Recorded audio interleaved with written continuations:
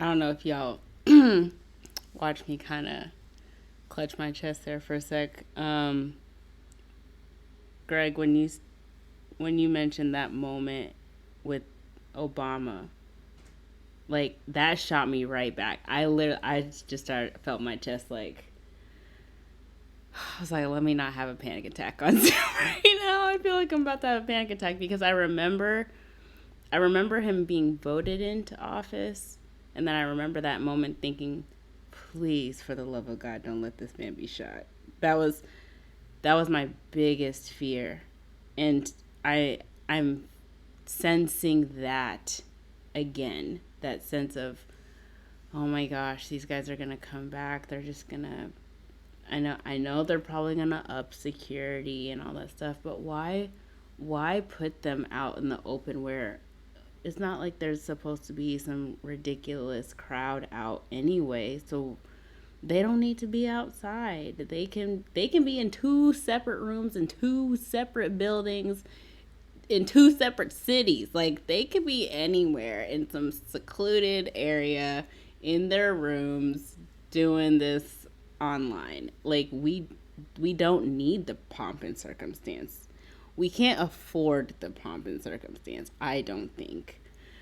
And it's not worth it. Ooh, my chest, y'all. I'm like that sense of nervousness is it's that's a lot. Like I can't. I don't think anything will happen to them. I pray not. But it's it's so overwhelming, and then when you do hear and see people talking about it in such a divisive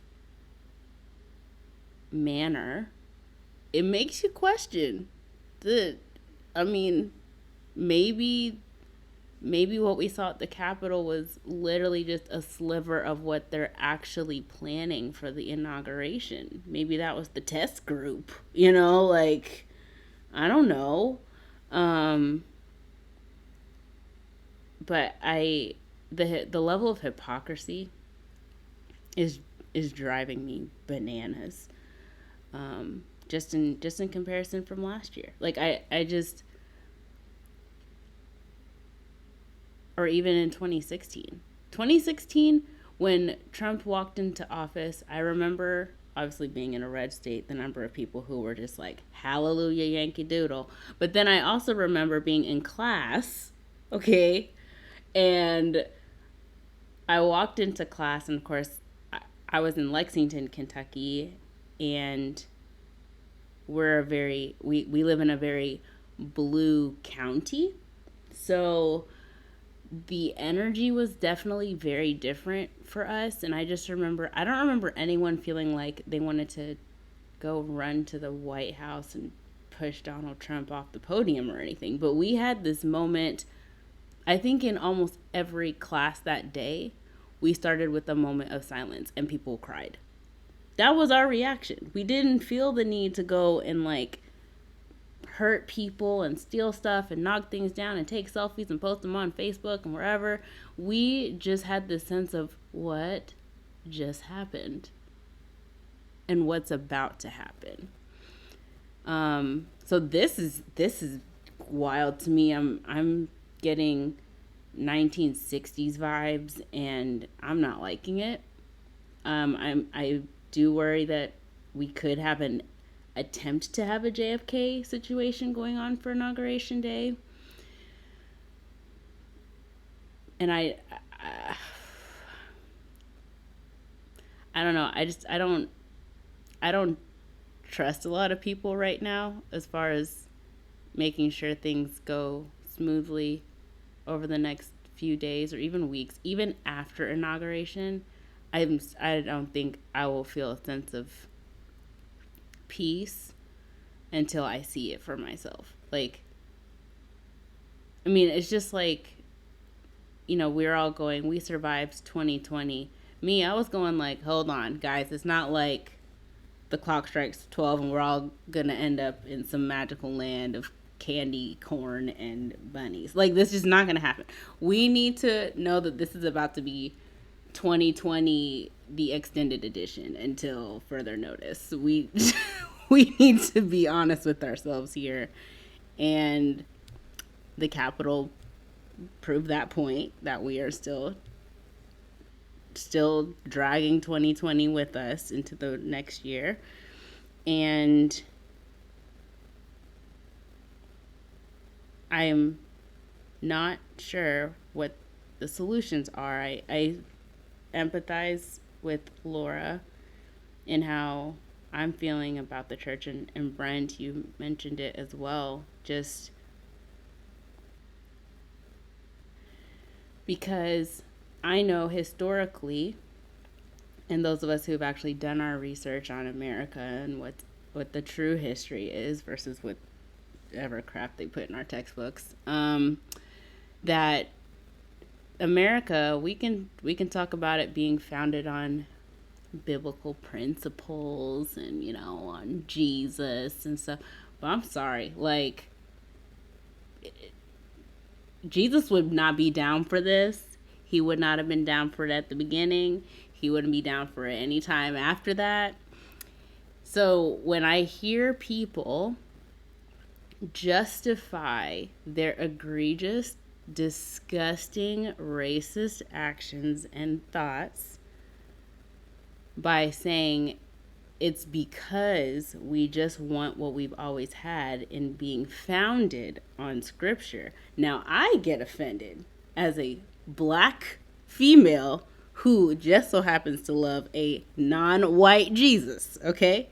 I'm tired of people taking this blonde-haired, blue-eyed Jesus and saying that he is down for y'all running to the Capitol, stealing people's mail, trying to get votes, trying to knock people over.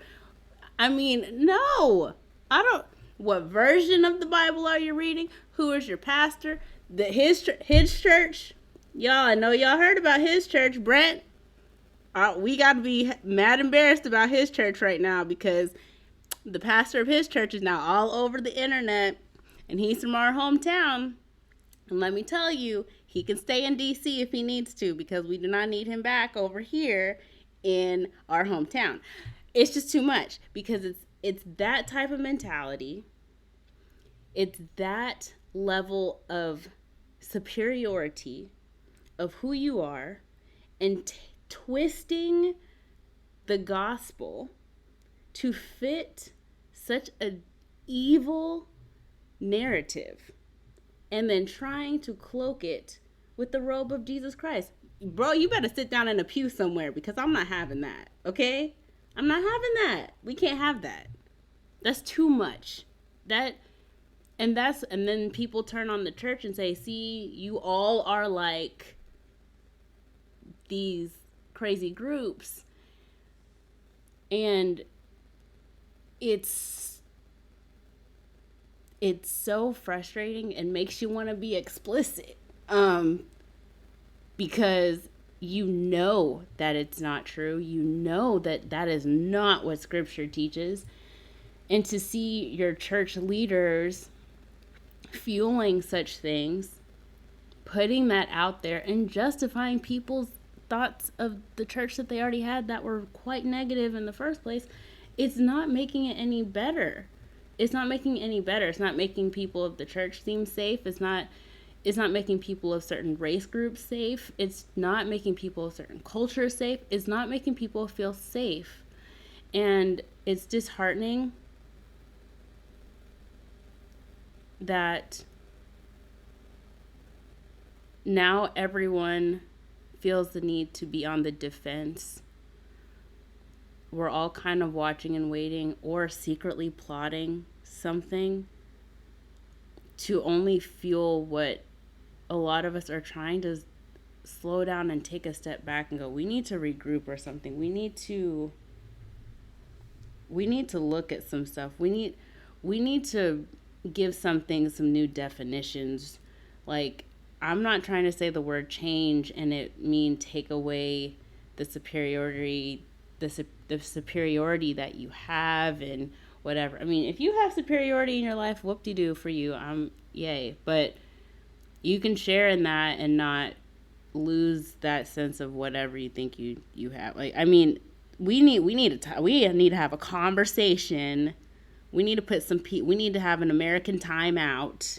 Go, hey, guys, we have got to regroup somewhere, because the pockets of lies and conspiracies and narratives that are out there that are being pushed out as truths, and then you have these like deeper secret truths, and then no one knows what's true and what's false, and then we've now narrowed it down to like the one mouthpiece in America that has all the truth is brother Donald Trump. And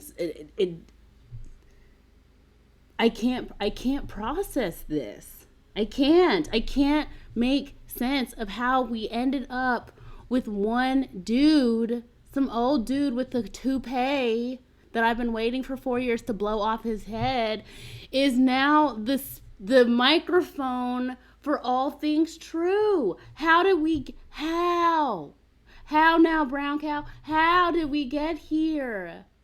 And then you want to fight people over this stuff. And I'm looking at the inauguration. I'm praying that someone has a wake-up call and is like, you know what, guys, maybe we should just like pack up and take it to a coffee shop somewhere that no one's using. Like, I mean, something. I'm waiting for someone to have that moment and realize that we're on purpose putting our president and vice president elect in an unnecessarily dangerous situation when we already have word from people saying that they're planning to show up again. Then don't put them where they want to show up. I mean, that seems like the best logic ever. But I'm gonna stay here on a hope and a prayer and hold my breath on Inauguration Day. Candace, can I throw a question to everyone? Just, you mentioned regrouping, and and I'm not trying to be facetious, like, how do we actually regroup? Because the issue, like, the reason how this, one of the factors that led to this is the fact that people are now just looking for information that validates their opinions already. One of the things that came out of the Capitol is this complete rejection of traditional media. You saw AP, Associated Press's, all of their equipment got destroyed. They ran a bunch of journalists out into the street. I happened to be watching Al Jazeera English live that evening, and like one of their correspondents had been attacked by people. So I'm asking this honestly, how do we have this larger conversation where the platforms we have, the traditional ways we used to have these conversations, people no longer find valid anymore? Girl, I have no idea. Like, I literally have no idea. I don't know. I have no idea. I've been sitting here trying to figure this out since last year with Ahmaud Arbery and George Floyd and Breonna Taylor. I'm over here going like, there are so many narratives out there. I cannot collect them all, and no one has the patience or the care to want to come and put them all in one pot and go, okay, so what do we need to sift through? Because this is a lot. I don't think there's one way to do this. I don't think there's a clear way to do this. I don't even think there's a collective way to do this. I feel like I've personally had better success even having the conversation of, I think what you're saying is completely ridiculous, and coming at it from a personal perspective of kind of what you were talking about earlier, as far as, why do you feel the need to act the way you act, or think the way you're thinking, or speak the way you're speaking? What is that driving what is that driving force? What we can all relate to is a sense of fear. We can relate to a sense of removal of power. We can relate to a sense of lose identity loss. We can relate, like, so there's like things that we can relate to, even if the angles are totally different. And I have found that when I have, even in my confusion, been able to extrapolate those very minute pieces that connect us with someone who feels very differently than me, and I can go, yeah, I can sit with you in the idea of feeling like your identity is leaving you. Now, I feel like identity was stolen from people, which you wouldn't necessarily understand at the in the angle that I'm thinking of. But now maybe you're feeling like your identity is being taken. I can sit with you in that for like 10 seconds just so we can kind of have a little kumbaya experience. But then we need to have a conversation. And then we need to talk it out. And when I put it in a sense of I've heard you first, then it's easier to have the other conversations. And we still probably often walk away disagreeing, but there's at least a level of respect. Because when it comes into those like Facebook wars or Instagram wars of who's right and who's wrong, and it's all the Democrats or it's all the Republicans, and I don't think it's all of anybody. The emotions are so high, and I feel like if whoever can come in to be a diffuser, which is why I really like Biden and Kamala Harris, because they try very hard to come at the issues in a sense of I hear you and I want you to recognize that I hear you so you can then hear what I'm actually saying to you. And maybe that will enter your frontal lobe. But again, energy is really high right now. So I think it would have to be on a more individual basis, which would cause a lot of us to have to swallow a lot to just get through thinking that we can empathize with someone that is saying really crazy things.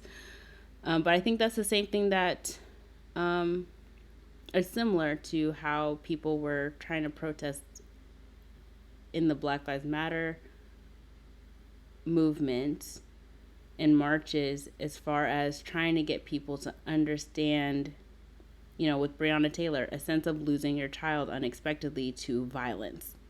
I think, parents should be able to sit in that space and even imagine, if they haven't had a child lost to violence, the idea of losing your child to something violent. Let's start from that strain and then work our way up to what actually happened. And finding that didn't happen, I don't have as much faith in our society that we can get there if we didn't get there with Breonna Taylor. But I'm hopeful to keep trying, just for the mere fact that I know that millennials and Gen Z are willing to have those conversations. So I trust our generations to do this conversation and really come to those moments of what can we do to have resolve and move forward in a way that's more equitable.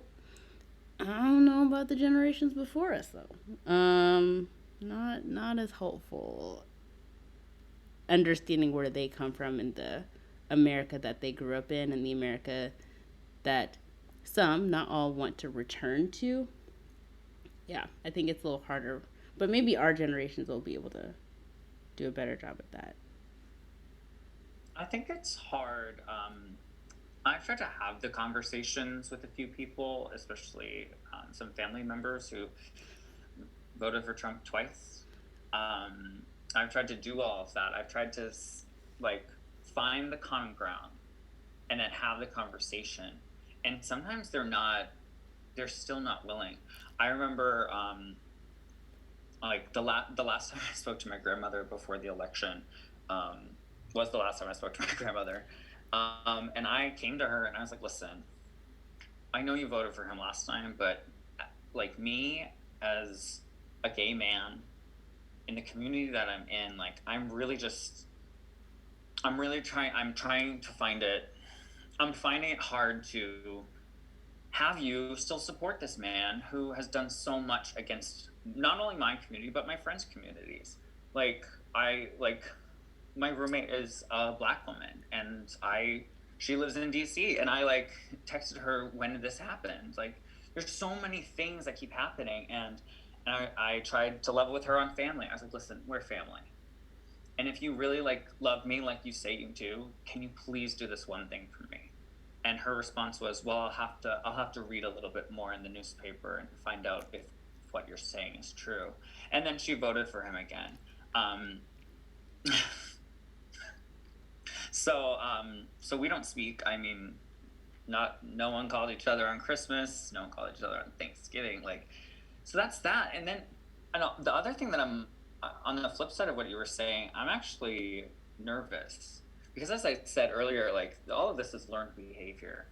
Um, I have cousins younger than me, much younger, who wear their red hats, who wore their red hats to my family, a big Italian family, like loves to get together. And like a couple years ago, um, the aunt that hosts Thanksgiving is a very liberal teacher, like very amazing. Her husband's Iranian, and so there's that whole side of my family as well.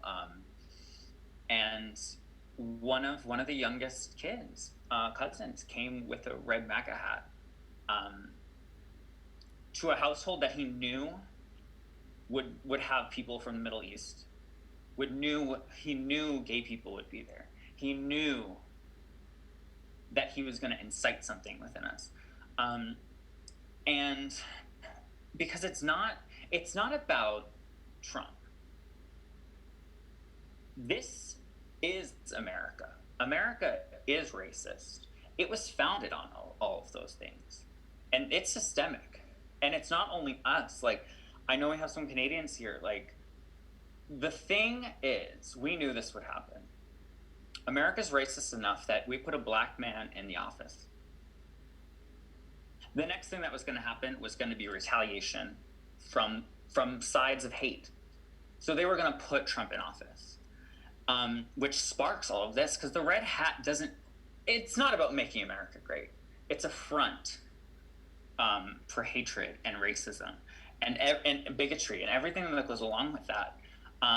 But people are concealing it with something else, concealing it with faith, concealing it with beliefs, concealing it with their facts, concealing it with their realities. So sometimes it's hard especially because like it reaches far beyond America. It reaches far beyond what happened on January 6th. It reaches far beyond any of the Black and brown men and women and trans men and women who have been killed, like even in this past year. Like it doesn't just hold. It's not just in America. It's a worldwide thing. And especially going back to like young people, like we see young people on the news with their red hats marching. We see young people doing these things, learning it from their parents, from their pastors, from these other, like, their group leaders. And so as much as I want to think that like our generations are doing better, and we are, like, I mean, like 2 steps forward, 1 step back is still 1 step forward, but like it's still not bringing people together, you know? And the thing that's really scary about, so Trump's now in office, and now Biden is going to be in office. Biden was in the office with Obama. So people are already going to hate him. He's also bringing a woman of color into the office and many people of color into his cabinet. And so that's what makes me nervous. The actual day of the inauguration doesn't make me nervous, but it is what happens after that. With these people hate so much, and especially because there's not a lot else to do right now. People are passionate. People are passionate on the left. People are passionate on the right, because we have the time and the means to be. But like, I do feel like the right has so many more steps to come meet us in the middle, and I don't know if they're willing or able to take a look in the mirror to make those steps just yet. Yeah. Yeah, I think that's a good word. What he said.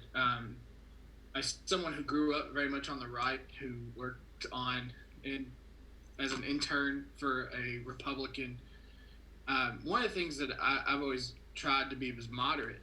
But for some odd reason, 4 years ago, after if we look through history, Obama by every stance of the is a moderate. Clinton, all these things were considered kind of moderate. Biden is, in a lot of senses, is a moderate compared to the extremes of his party. But the thing was, the Republican Party, when they decided to vote Trump, they didn't just do a moderate. They swung as far to the right as they could, and that made it hard. Like, that makes it hard for these meetings to happen, and it's so hard. And I have a master's in counseling. We have somebody who's working on a doctorate in psychology. She probably understands a whole lot better than my master's, and how people work. But one of the hard things is people don't listen. People tend to sit here and think, let me realize what I'm going to say before the other person is done talking. And it's such a terrible thing. I mean, and think about it in a marriage.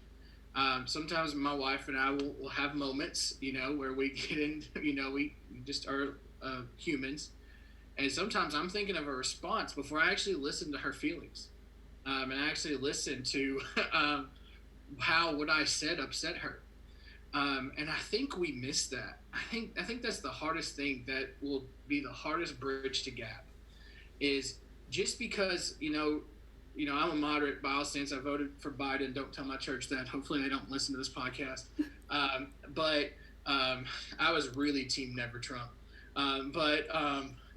It's hard because, for some people, it is their identity. Like, that is who they are. They can't imagine talking to someone who's not 100% on the same wavelength as them. Like, everyone in this group here, we have differences. There's some things that if we sat down and talked them out, we would probably butt heads on. But if we can't understand, ultimately, the main thing people in this world want is love and appreciation and just an encouraging word, we'll never get anywhere. And I don't understand why that's so hard. Like, even the biggest MAGA people want to be loved. Even the most progressive, I don't know whatever word, social, I don't know whatever word they're using this week, for the other side, all they want is love. They want to feel valued. They want to feel appreciated. They don't want to feel abandoned. Like, when we can somehow find a way for those people to understand that, I think some things will change. But I'm with Alex and everybody else. Like, I just don't know when that will happen.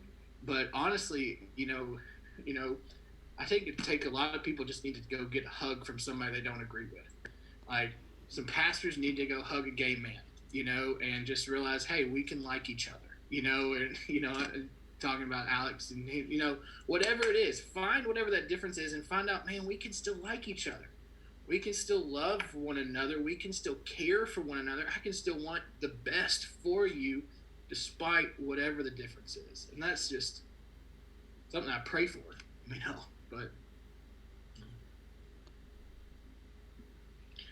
I was thinking about what you were saying, Brent, and how that's such a fundamental human need to feel seen and to feel loved and understood. And we're in this space where a lot of these arguments happen over social media, and they're so dehumanized and so stripped down to this profile and this handle. And there's even thinking about like the psychological impacts of that, of when you hold a position and someone else comes at you with facts or proof on the other end, there's this thing, don't quote me on this, I think I'm saying it wrong, I think it's the backfire effect, where you're going to staunch in your heels even harder and push back even harder. So it really is, and I feel for you, Alex, that conversation between you and your grandmother broke my heart, and that's about as personal as you can make it, and still that didn't seem to budge her, and it really is heartbreaking. And it's hard, right, to be curious and respectful and really try to understand another person, to really turn it into a conversation. And I think that's the hardest part about it, because I think on the side that I'm on, it's like, how do we debate racial equity and equality? Why is this a two-sided thing? And so I think I become so defensive and so impassionate that I forget to be curious about the other person, because we're not going to have a conversation if that doesn't happen. But it's really hard. And amygdalas take over, and you become emotional, because how can you not be emotional? We're humans, we're not robots here. But it's really hard not to have that backfire effect and to just staunch in your heels and not be able to like have a give and take conversation. So I really appreciate what you were sharing, Brent and Alex. Yeah. How about you, Garrison? I'll say that I think I really think it's really incumbent upon our nation's leaders to start telling the truth. That like we have leaders, and leaders lead, and whether we like the way they lead or not does not take away from the fact that they are leaders and they are leading. And it has been summarily proven that Joe Biden and Kamala Harris won the election. That there's no significant consequential fraud that took place. Some have even said that was the most secure election, in American history. And so I just say all of that, and I could say way more to say that people have to start telling the truth. That's how we heal. As long as we are choosing, lies and choosing violence, we won't heal. And for me, and this is just my opinion, that's kind of the bottom line for me. There's no like fancy answer in my opinion, right? Like people just have to tell the truth, and especially our leaders. Yeah, I think, when I think of her question, I think of her saying, how do we regroup? And so automatically in my mind, I think, what does regrouping mean? And I don't think regrouping is even necessarily doing the deep work of like totally healing from everything that's happened. I think that it's literally just being ready to take another step. And as a nation, I do think that we are struggling to get to that point where we can even take another step. I think everybody is wondering, like, how are we not on a National Mental Health Day right now? Like, I should be paid whatever I am owed just to exist today, okay? So I think that's where we are as a collective, honestly. We've been through so much. I mean, and some of us in so many more profound and personal ways than others, especially throughout this pandemic, have lost family members, have lost loved ones, have journeyed through unemployment, have been fearful for their lives, their kids, all these things, so many things. Like, we're struggling, right? Especially as a collective American society. And so when I think of regrouping, it also makes me think about kind of like what Garrison was talking about with leadership. And I actually have to say this. I would be disingenuous if I didn't say this. That I am surprised that there have been Republican leaders that have turned around and openly condemned some of this stuff. Are they receiving hate mail? Absolutely. Listen, my senator in Nashville or in Tennessee, Senator Marsha Blackburn, okay? There's not much that I have been able to agree with before. However, okay, she voted in support of verifying the election results. I was shocked. It was a total 180. And I went on her Twitter and I looked at the people who had quote tweeted. Everybody was so angry. No one was like sharing this sentiment of like, wow, I'm kind of surprised, honestly. Like, I'm impressed. I don't know what happened. I mean, maybe it was just the events that happened that made you change your mind, but this is surprising to me. Nobody was saying that. Everybody was furious that she had turned their backs on them, quote unquote, right? And so I think when I'm looking at our leadership right now, I'm disappointed because they got us to this point, in my opinion, right? But I'm also thinking that we are on a road that can have some sort of like regrouping and moving forward together. Like there were people at the rally who were mortified that they were up there breaching the Capitol and were leaving. Like they were like, I'm done with this, right? And that's a totally, like, I think that there are just so many categories of thought that exist. And in terms of regrouping, in order for us to kind of get on one page enough to take a step together, I think it is going to take some re-education, some just acknowledging what's happened and being able to kind of take that next step.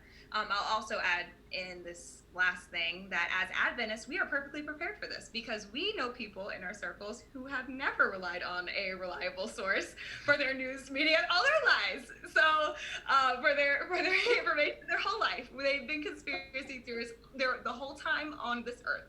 So it's clear that we can proceed. Okay, we can proceed. She said We the can whole proceed. time. It can happen. We've been doing it as a denomination for a long time. That's the last thing I'll add. Not wrong. Sorry, Advents, we gotta call y'all out. Oh, that was so. We live and breathe that. We eat that for breakfast. Rough. Preach. Right next to the veggie links. Rough. Immersed in Big Franks. Just Big Frank's conspiracy theory. I cannot. Oh man. Oh, but Christina, do you have So- a response?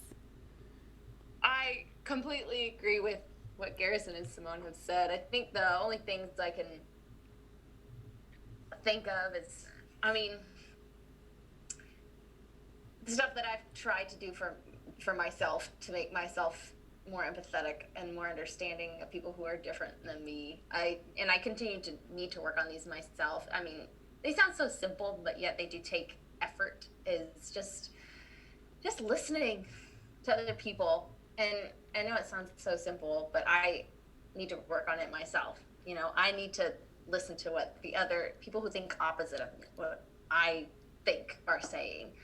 I need to also respect to a certain, that one's a tough one too, to respect other people, just hands down. I think, you know, not being, you know, when you hear things are wrong, that are flat out wrong, you know, totally call them out. But I think listening and respecting is going to be a huge aspect of moving forward. And being, just to shut up and learn what other people's experiences are, and to not deny that those are their experiences, because you haven't been there. You didn't have that upbringing. You didn't have that background. And so you were not going to know what that's like at all unless you listen. And to resonate what they have said, just the transparency and honesty. It's wild how much conspiracy and theorizing and all these things have taken a hold of our country and run with it. Transparency from our leaders is so important. I'm not sure what all goes into their minds, whether it's re-election, whether it's their constituents, whether it's all these complicated factors of their jobs, but just being honest and transparent is going to be paramount right now, because all we have right now is facts, and we have to go with facts and data. And this has also been part of my life with COVID, is data. You know, this is what we have, and this is what is true. People say live your truth now, and I'm like, no, there is the truth, there is data, there's facts, and our leaders need to stand up for those things. And kind of leaning with this whole aspect with the media, it's a little, and I'm not a journalist by any means, but I have seen in the past 4 years a real persecution of the media, which is, I think there's one aspect of holding them accountable, which is totally justified. They need to tell us the truth. They need to present us with facts. And I do think that you can find that. And I think it's what a lot of journalists strive to do. And I have a lot of respect for journalists and them digging and calling and trying to find the truth and present it to the world. And, they were there on the 6th. They were trying. And somehow all their cameras got broken or they got yelled at, beaten. Then what are you trying to hide? So I have a lot of respect. I think they do need to be held accountable, sure. But I have a lot of respect for media, but at the same time, you do have to be aware of the biases that people bring into things too. So I'm hoping we can get in the future a new respect for media. It does, when you incorporate social media into things, it is tricky. I will say it is tricky. I watched, what is that thing called? The Social Dilemma. Mm-hmm. And it's tricky. And it messes with our heads in a lot of really interesting ways. I'm so glad I have a therapist. But I think we need to respect journalists and know how hard they work for spreading truth. And unfortunately, biases are something we're just going to always have to deal with.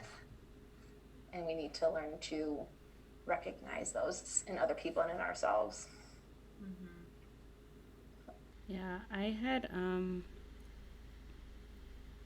I posted on my Instagram today a thought that I had when I woke up this morning that said, hate is our native tongue, press 2 for empathy. Like that is how I feel about where we are, that we're so overwhelmed, and not even just by the racial political climate, but we are also dealing with our healthcare system right now. There's an economic crisis on top of that. There's a lot of layers that people are processing all at the same time, and they've been kind of hitting us like crashing waves that don't stop.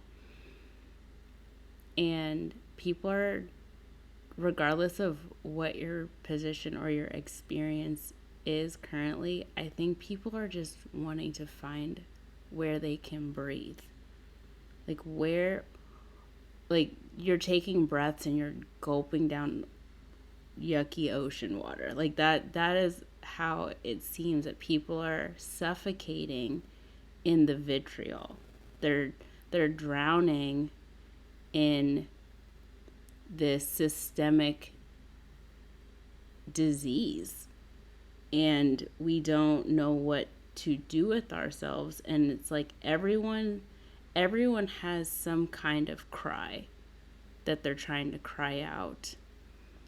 And it's like by the time you have found a space to breathe, what comes out is all of the yuck that you've just inhaled for however long you've been inhaling it. And it's built up so much that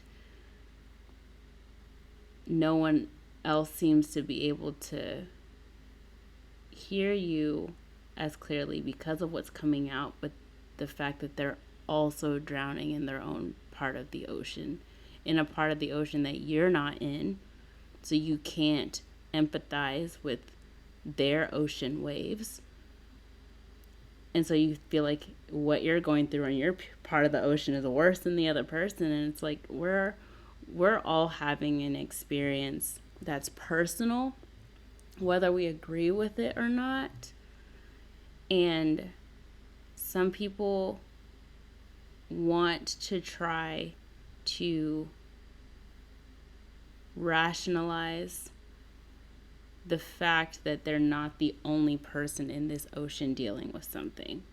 And I think that's where a lot of us are, like in this particular group, that even if I literally cannot get on the train with you that you're riding, I can see that you're lost just as much as I am, but for a totally different reason. And I may not like how you're trying to find your appropriate train station to stop at, but I can recognize that you're looking for a train station. I'm also looking for a train station. Now, how can we get ourselves to be at a similar train station that can get us safely to where we're all actually trying to go, which is a place of peace and empathy and solace and love and generosity. At the end of the day, somewhere deep down in the hearts of those who just try to destroy our democracy, they're wanting that. They may not have all of the appropriate tools to express that to us, but if you strip it down to its bare bones, I think that's where we are. And it is very heartbreaking that we are in a space, like you were saying, Alex, that even when you do try to get to that space of saying, hey, I might not understand the ocean waves that are crashing in your world, but I recognize that you have waves. I also recognize my own waves. So can we maybe sit together in that space and then see what we can do to maybe help each other get back to shore safely? And knowing that some people just want to deal with their waves on their own with the people that are in the wave space that they're in. They don't actually want to sit in your waves with you and then all together find a way to all of us make it to shore. That is heartbreaking. I'm quite emotional thinking about that as just a human, and also as a believer in Jesus, who I think was the best moderate ever. Like, he somehow made people from every side of the aisle come to him and be like, you're onto something. And then those that didn't, he just, he'd call them out, and then he just leave them to figure it out, because it's like, I can't make you try to do this with people that are seeking solidarity in love and freedom and a beautiful world. If you want to live the life you're living, that sucks, but I know free will exists for you to do that. So unfortunately, I'll let you do that. I agree that, unfortunately, because a lot of this drowning we're in is taught, and some kids are taught to jump in the waves too and drown with us. It's great. We're still gonna have to deal with it. We're gonna have to meet other millennials and Gen Z who are very much about hate and think it's the right thing to be about. And that's unfortunate. But I think also it might, I don't know. I don't even know if I should say that. It might not be as bad, because I think there's more of us that are recognizing that and trying to do better. But someone's always going to slip through the cracks that we have to make sure that we address and handle in some way, shape, or form. I hope that hopefully later down the road we can have another conversation, because I'm sure there's gonna be more to talk about on this stuff. I feel like this is our never-ending story. Like, literally, I mean, like, we love this story in America. I mean, it keeps us going to be our own entertainment system when we don't have entertainment because of a pandemic. We just create our own, and here we are. We've been in the longest season finale of America, and it's just like, you feel like you have a commercial break, and no, the show comes back on, and it's worse. It's worse every time you turn it back on. So, what are your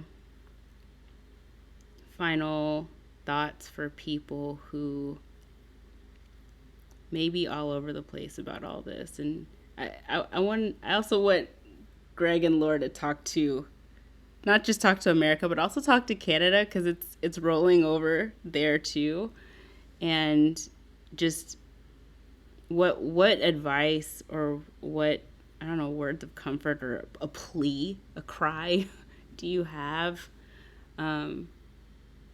for how we can move forward, or just better process this so we can get out of this hellhole that we're in? I think that I just really want people to be thoughtful, patient, understanding, and definitely willing to listen and converse, like Christine has kind of already pointed out. But I think that I mentioned being patient in particular, because I think that I've heard so much discourse about,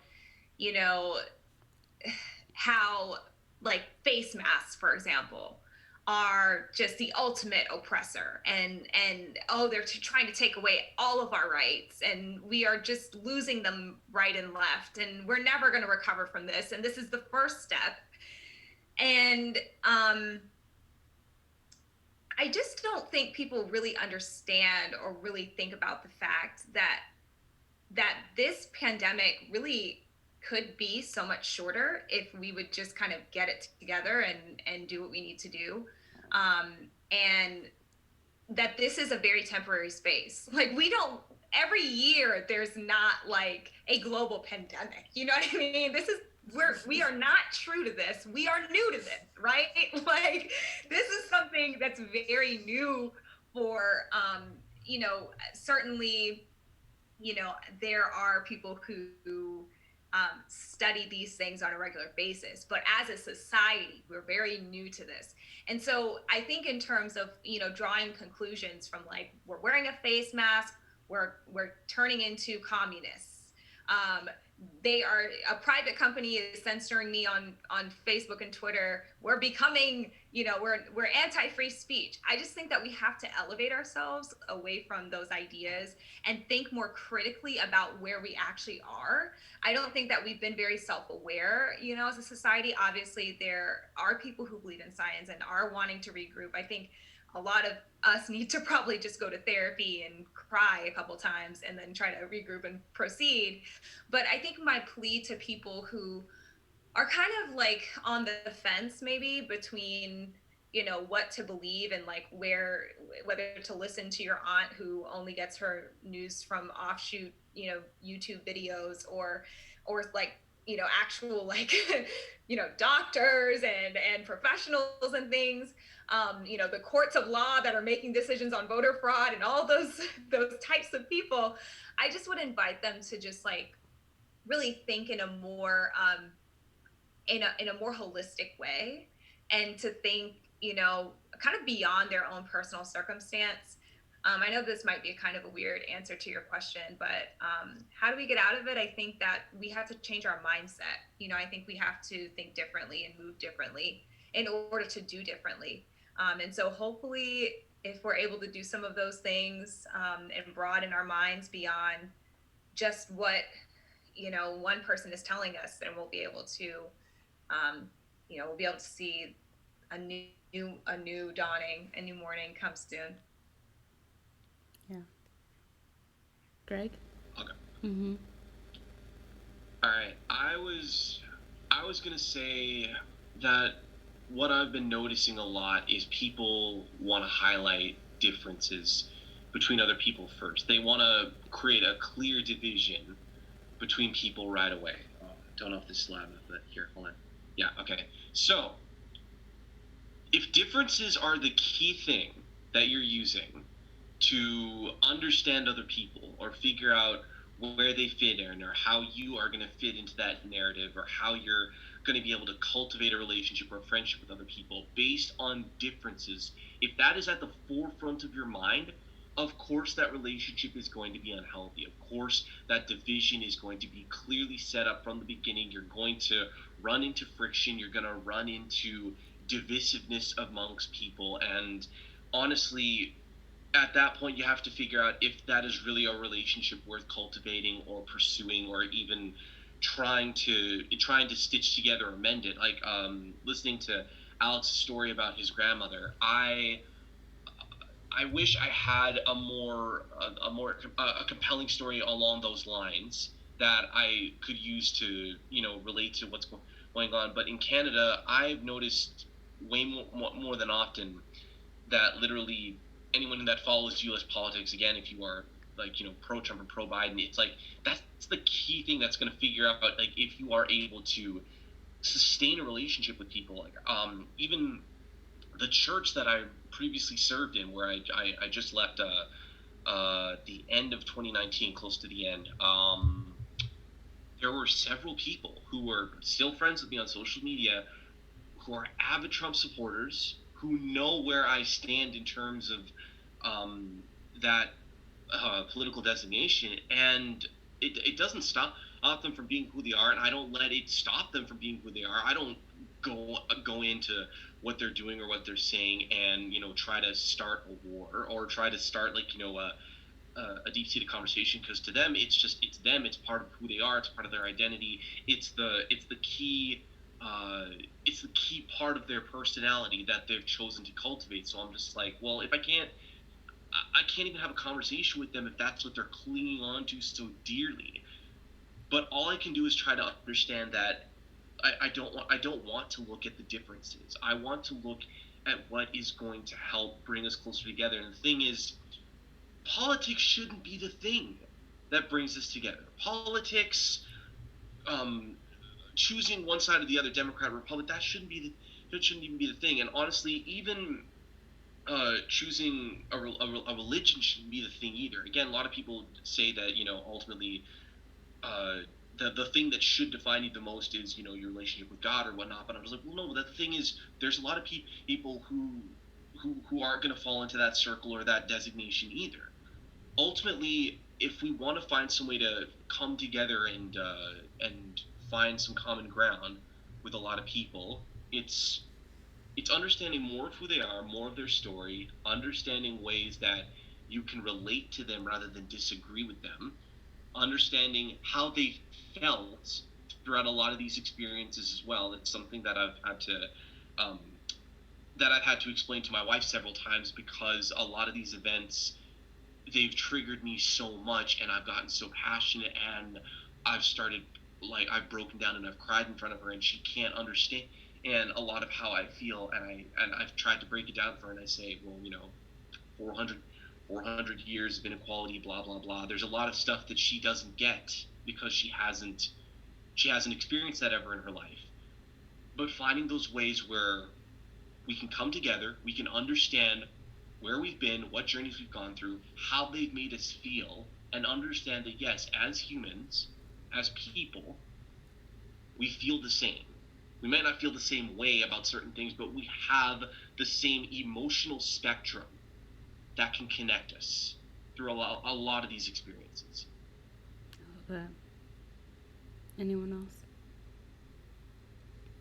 I think mine are still processing, of course, after all this stuff has happened, but we're dealing with the reality that a current president incited a domestic terrorist attack. It's pretty wild. I think that, and it's been the culmination of 4 years of this. I think what people need to realize is first the reality of what happened and call it for what it is, and using the right terms of what it actually is.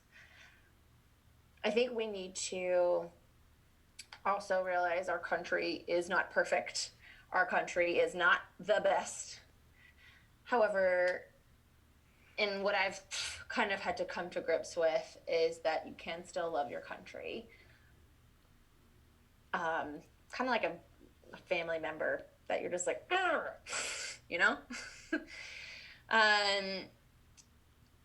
I think we all need to realize the places where we've gone down a wrong path, or the places that and acknowledge it for what it is. No one wants fraud. No one wants to wear a mask. No one wants for small businesses to close. No one wants to be stuck at home. I think we need to all, like, cut. It just sounds so cliche, and I kind of almost hate myself for saying it, but it's just like, if we just work together to get through this, it's awesome to think of what it could be. It was what I would hope to be.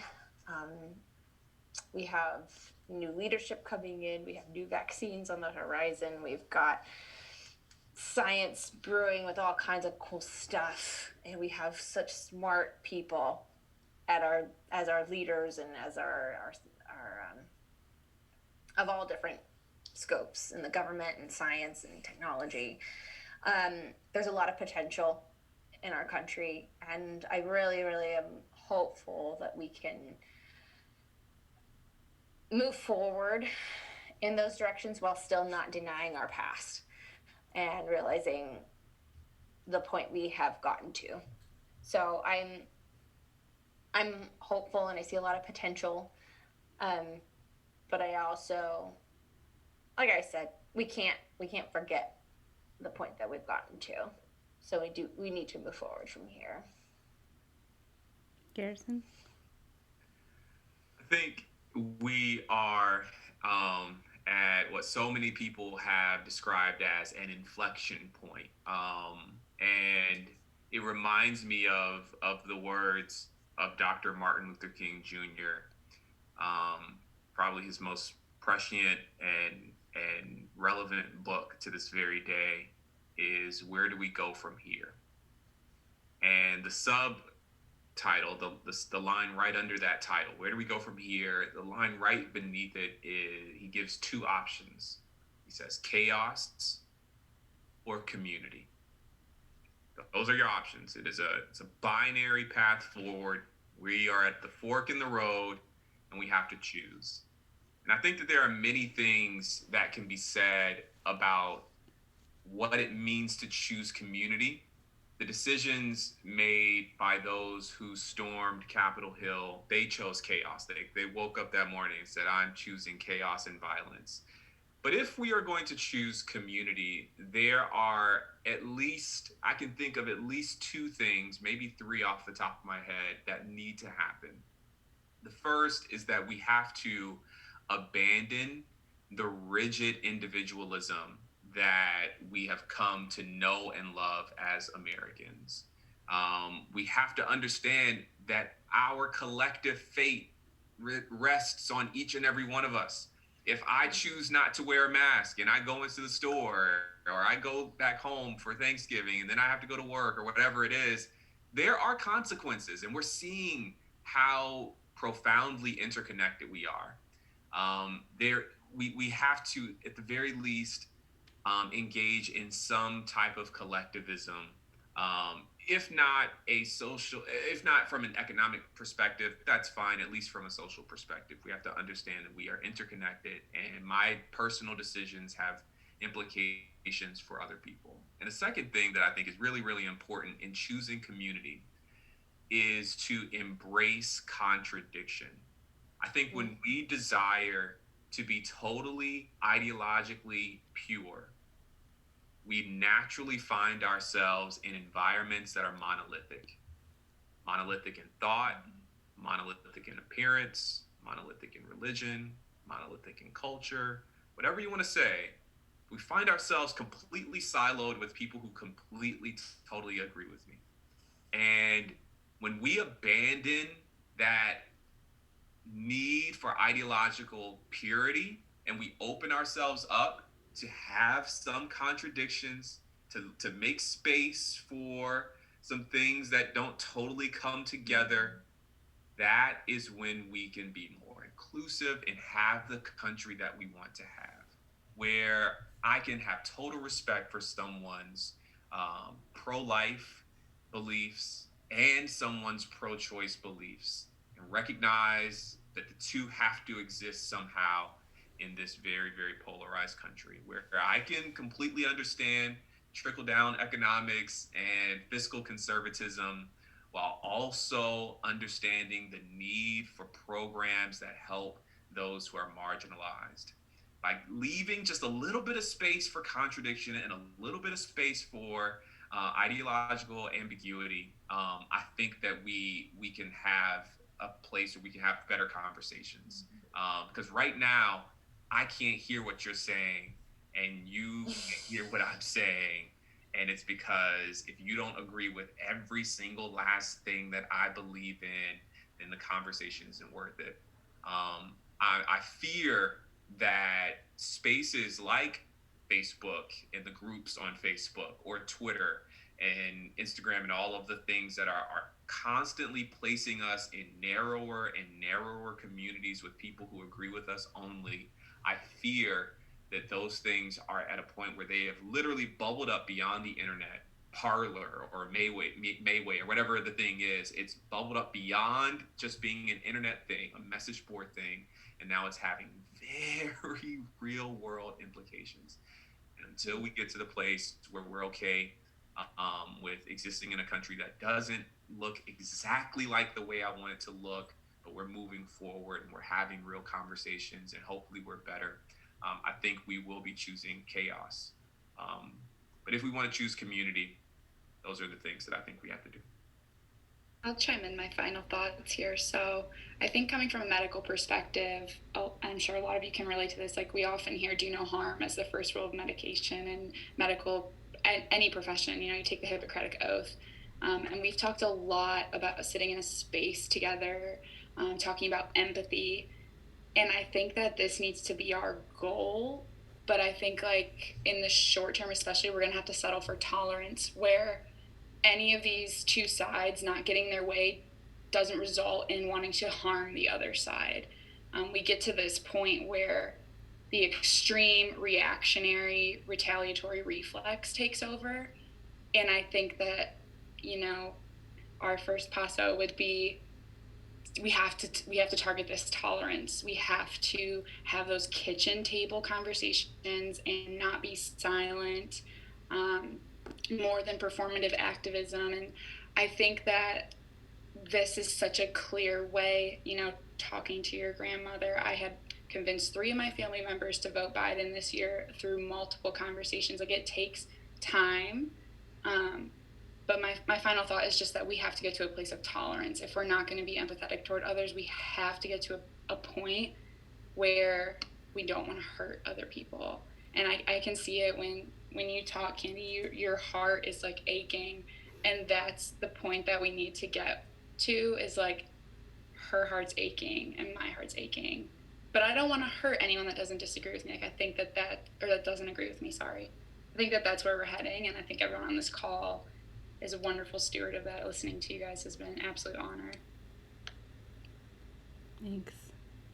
I actually, like, right when you said that, I was thinking of, like, the golden rule that my mom taught me growing up: treat others the way you want to be treated. And it's like, it's so, how did we get here? How did we all, I feel like everyone knows that little tidbit, and how, like, when did you stop doing that? When did you start learning the other side? I do think people who are following Trump and the MAGA revolution and all of this stuff, I think they have a few more steps to go.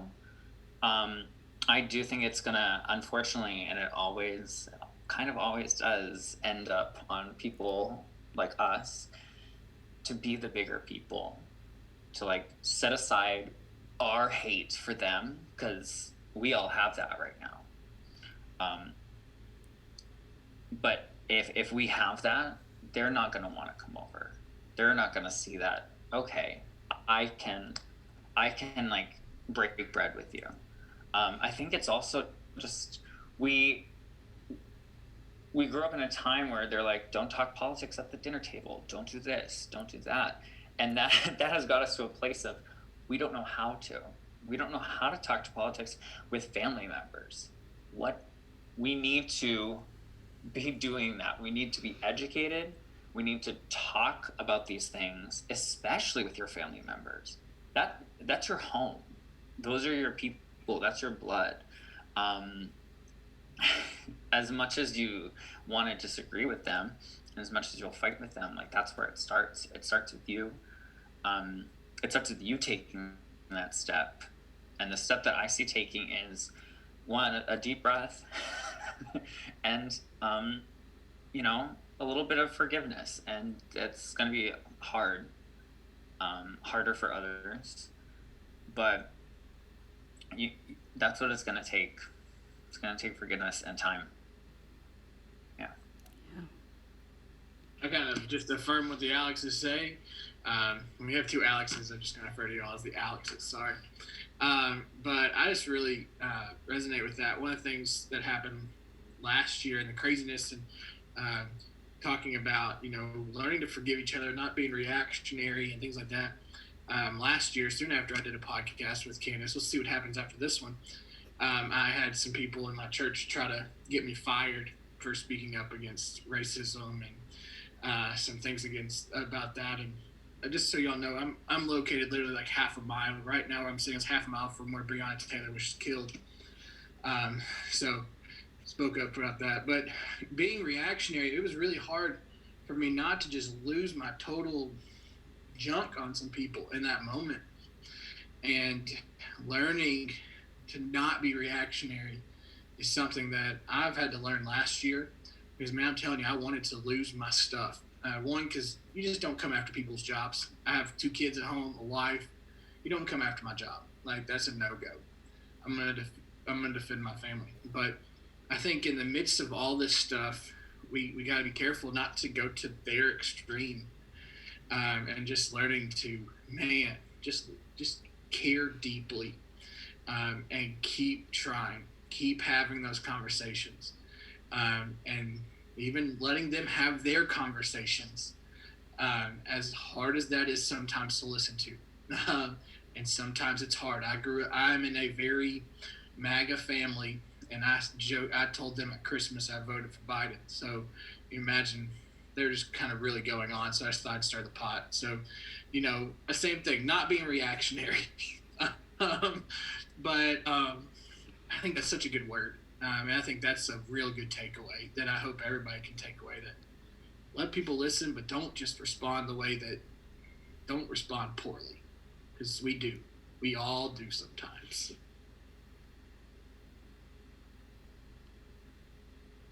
I don't know if I have anything new to add. I think gather your people, whoever your people are, and that's largely talking to non-Black POC and white people, because Black people have done enough.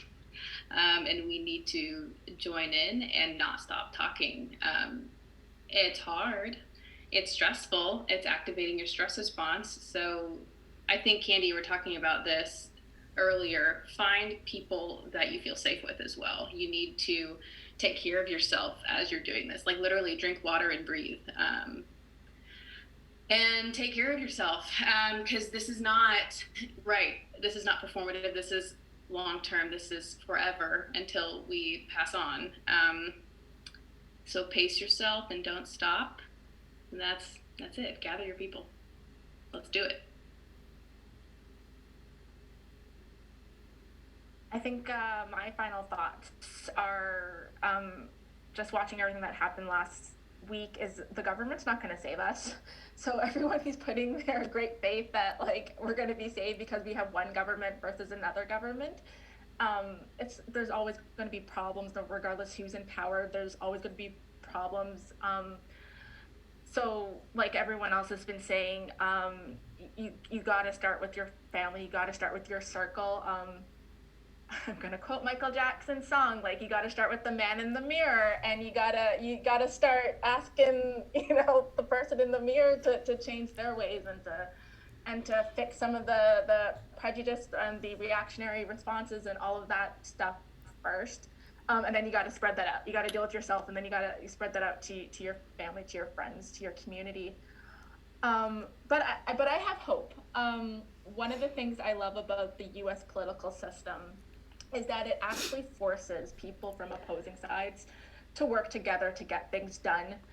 And unlike some other political systems out there, in Canada, we have a different sort of political system that's very oppositional. It's one side against the other. But what's great about the U.S. system is that in order to get anything done, is people from both sides of the aisles needs to come together, and they're like, for the good of everyone, we're gonna work together to pass this legislation or to fund this program or to get things done. So I have hope that that system will eventually prevail in terms of forcing people to work together to get things done. And as we as a larger society keep having these conversations, we keep having, the Black Lives Matter movement, the just looking at what happened on the Capitol, we keep having these conversations that more and more people will start looking and being like, we need to work together to get things done. We need to work together to make larger scale changes in our society, and we're going to keep working together to ensure that this doesn't happen again. Like, we don't want to see this again. So we've got to make some changes to ensure that it doesn't. Yeah. I agree with all of you. Y'all, was getting emotional hearing some of what you guys were saying. My last thought would be to forgive. I think I think everyone's having a hard time forgiving people for how they're thinking, how they're acting, how they're reacting, what they're saying, how they're saying it. And last year, I started thinking of that statement that Jesus said on the cross, and I'm going to put it in my own words. Father, forgive them because they have absolutely no idea what they're doing. Like that has been playing in my head over and over, and I'm just like, who, let me forgive you because I don't think you see it. I don't think you get it. And I need to recognize that and do something different, adjust myself. But forgiveness has been huge for me to want people to get to a space of with the tolerance and striving for a better version of America than we've for way too long been dealing with. I want to end with this. I had posted this on Facebook a week after the election in 2020, which I think kind of ties up what we were all saying. So I had posted that society seeks to pin us against each other. There are people, policies, and systems set up to cause us to think we are each other's enemies. Friends, do not get caught up in the lies of the world. Seek to understand, listen to one another, realize that life isn't just about you. It's about all of us. Ugly never looked cute on anybody. Check yourselves. If stepping away from situations or removing people from your life brings about peace after trying to live peacefully amongst men, hey, you do you. We can't force anyone to love, care, empathize, none of that. But we don't have to get caught up in the game of pin the person on his or her neighbor. Everyone loses in that game. There's a better way to live amongst one another, and ugly ain't it. So, guys, thank you so much for being willing to have this conversation. And I hope that those that listen can find people to sit down and have this conversation with, whether you guys are all on the same political page or you're on different sides of the multiple aisles, because there aren't just two, but there's a variety of aisles right now that we have. And maybe even talk to people you know from outside of your community, outside of the U.S., and just listen.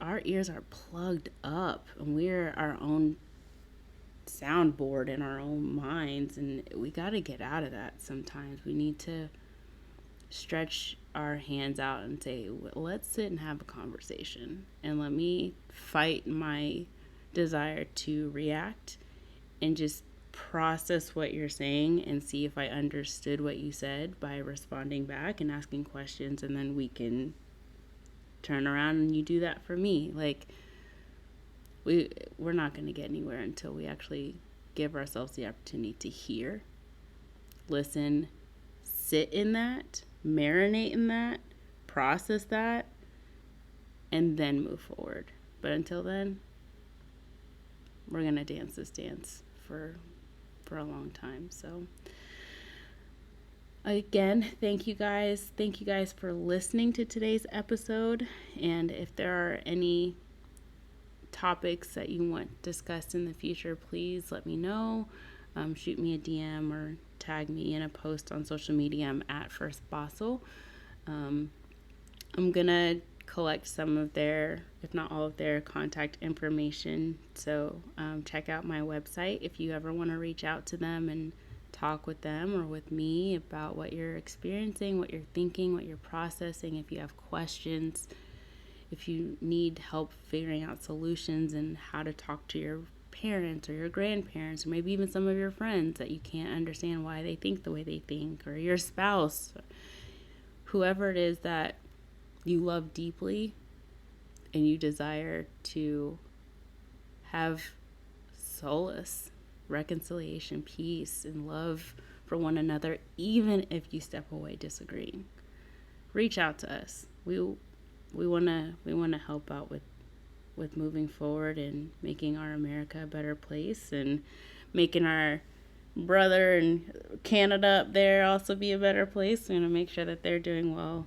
because I know they're directly affected by what's going on here as well. So until next time, guys, please stay safe. Continue to social distance, but do not disconnect. Stay connected with people. And we'll see you guys on the other side of all of this. And the rest of you guys, thank you so much. Take care. And we'll all talk soon. Bye, guys.